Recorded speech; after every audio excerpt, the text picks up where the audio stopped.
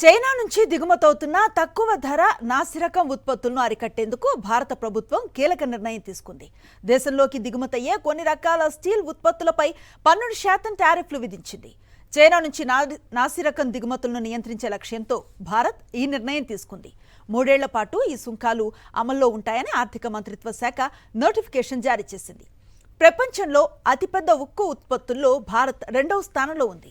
China నుంచి నాసిరకం ఉక్కు తక్కువ ధరకే వస్తూ ఉండటంతో సమస్యలు తలెత్తుతున్నాయి. దీనివల్ల దేశీయ ఉక్కు తయారీదారులపై కూడా ప్రభావం పడుతుంది.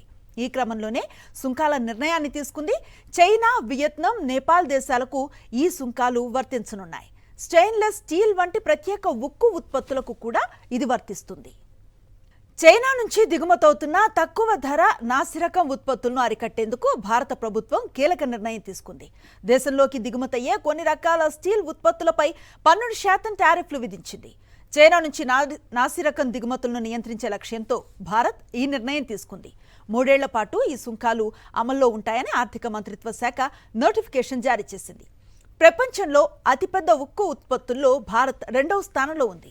చైనా నుంచి నాసిరకం ఉక్కు తక్కువ ధరకే వస్తూ ఉండటంతో సమస్యలు తలెత్తుతున్నాయి. దీనివల్ల దేశీయ ఉక్కు తయారీదారులపై కూడా ప్రభావం పడుతుంది.